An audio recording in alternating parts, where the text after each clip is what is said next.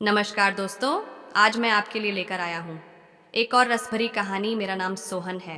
ये बात बहुत पहले की है। मेरी मौसी मनोरमा, उनके पति यानी मेरे मौसा जी की मौत किसी कारणवश बहुत पहले हो गई थी। होली का समय था और मौसी होली मनाने हमारे घर पर आने वाली थी। मौसी की उम्र ज़्यादा नहीं थी, सिर्फ 30 साल की एकदम जवान औरत थी। मुझे सुबह देर से सोकर उठने की आदत थी। परसों होली था और मैंने सुना था कि मौसी भी आने वाली है। मुझे मालूम नहीं हुआ कि मौसी सुबह ही घर आ चुकी थी। मैं जिस कमरे में सोता था वो कमरा बहुत बड़ा है।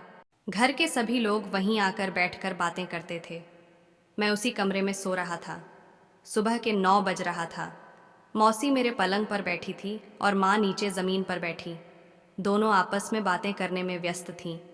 तभी अचानक से मेरी नींद खुल गई थी। मैंने देखा कि मौसी मेरी तरफ पीठ करके बैठी है, आराम से बातें कर रही है। मौसी कम उम्र में विधवा होने के कारण उनका बदन एकदम भरा हुआ था। मैं पहले भी कई बार उनके बारे में कल्पना कर चुका था। जब आज वह मेरे इतने करीब बैठी थी तो मुझे रहा नहीं गया। मैं नींद में ही अपने हाथों से मौसी के पीछे टच किया। टच करते ही मेरे सिस्टम में करंट फैल गया और मेरी धड़कनें बढ़ गईं। मैंने अपना हाथ धीरे धीरे आगे बढ़ाया और उनके ओ को छुआ। मौसी समझ गई थी कि मैं जाग रहा हूँ, लेकिन शायद मौसी तैयार हो चुकी थी, इसलिए उन्होंने कुछ नहीं बोला। फिर मैंने महसूस किया कि उनका बदन भी तप रहा है। फिर मैंने अपना हाथ उनके चेहरे की तरफ किया, लेकिन मौसी झटके से उठ खड़ी हुई। मैं उनकी इस हरकत से घबरा गया। मेरी माँ सामने थी, लेकिन वह कुछ समझ नहीं पाई थी। फिर मैं कुछ देर नींद का बहाना करके सोया रहा। उसके बाद मैंने सोचा कि शायद मेरी सही थी मेरी हरकतें। अब मौसी मेरे पास से हट गई थी। कुछ देर के बाद मैं उठा और बोला कि अरे मौसी जी, आप कब आए। फिर मैंने उनको नमस्ते किया। और सारा दिन आज मेरा किसी काम में मन नहीं लग रहा था और मैं उनसे नज़र भी नहीं मिला रहा था। मेरे मन में कई तरह के सवाल हो रहा था कि पता नहीं मौसी मेरे बारे में क्या सोचेंगे। दिन भर मौसी के सामने नहीं गया। फिर सारा दिन दोस्तों के साथ होली खेला। फिर मैं अपने दोस्तों के साथ घूमने चला गया। मैं घर आया तो मैंने देखा कि मेरे कमरे में सब खाना खा रहे हैं और मेरे बेड के पास ज़मीन पर तो बिस्तर और लगे हुए थे। मैं समझ गया था कि शायद यहाँ माँ और मौसी खाना खाने के बाद सोएंगे। फिर मैं छत पर टहलने के लिए चला गया था। रात को जब नीचे आया तो मैंने दरवाज़ा खोला तो मैंने अंदर देखा कि मौसी मेरे बेड के पास ही सो रही है। थोड़ी देर के बाद दरवाज़ा बंद करके मौसी के बगल में आकर लेट गया। आंखों में नींद नहीं थी। करवटें बदलते बदलते रात के 2 बज गए। अब मेरे दिमाग में सुबह की घटना घूम रही थी। मेरे दिल की धड़कन बहुत बढ़ गई थी और मैं अपने आप पर काबू नहीं कर पा रहा था। ज़मीन पर मौसी गहरी गहरी नींद में सो रही थी। कमरे में लाइट बल्ब जल रहा था और मैं भी सो चुका था। फिर मैंने अपना हाथ पलंग के नीचे लटका दिया और मेरी माँ भी मौसी पास ही सो रही थी।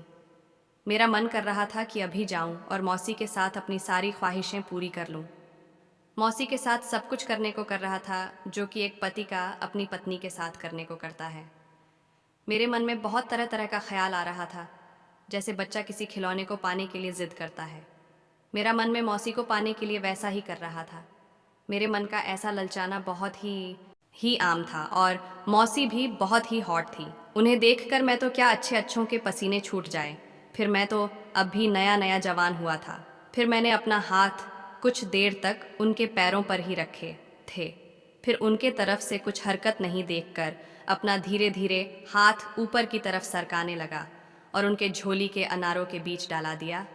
मेरा हाथ बहुत कुछ देर तक रुका रहा उनके अंदर। मौसी अब गर्म हो गई थी। मुझे लगा कि अब शायद खतरा नहीं है। मैंने अपना एक हाथ उनके चेहरे के पास ले गया और अपनी उंगलियां को उनके चेहरे घुमाने लगा। फिर मौसी मेरा हाथ नींद में ही पकड़कर अपने बगल में रख दिया। तभी थोड़ी देर बाद मौसी ने मेरा हाथ हल्का सा दबा दिया। मैं जानता था कि अब मौसी पूरी तरह तैयार है। ऐसे ही मैं अपना आंख बंद किया रहा। मैं भी उनके हाथ को दबाने लगा, लेकिन मैं बेड पर था, पर मौसी बेड पर नहीं थी, इसलिए मुझे परेशानी हो रही थी।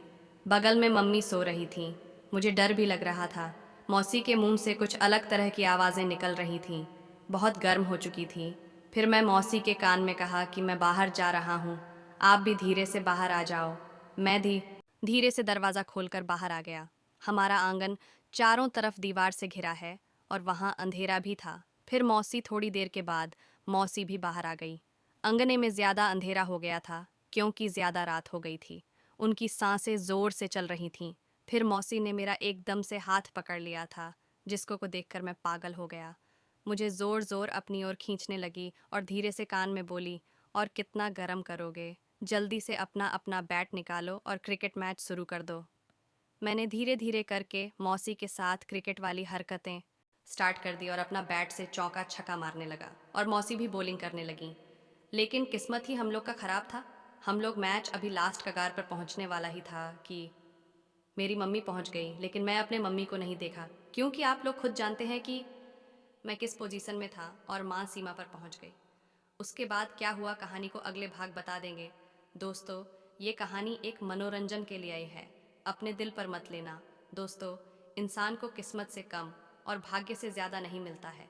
जो किस्मत में है वही अपना है, आगे अपना। अच्छा कर्म करते रहो, एक कामयाबी ज़रूर मिलेगी।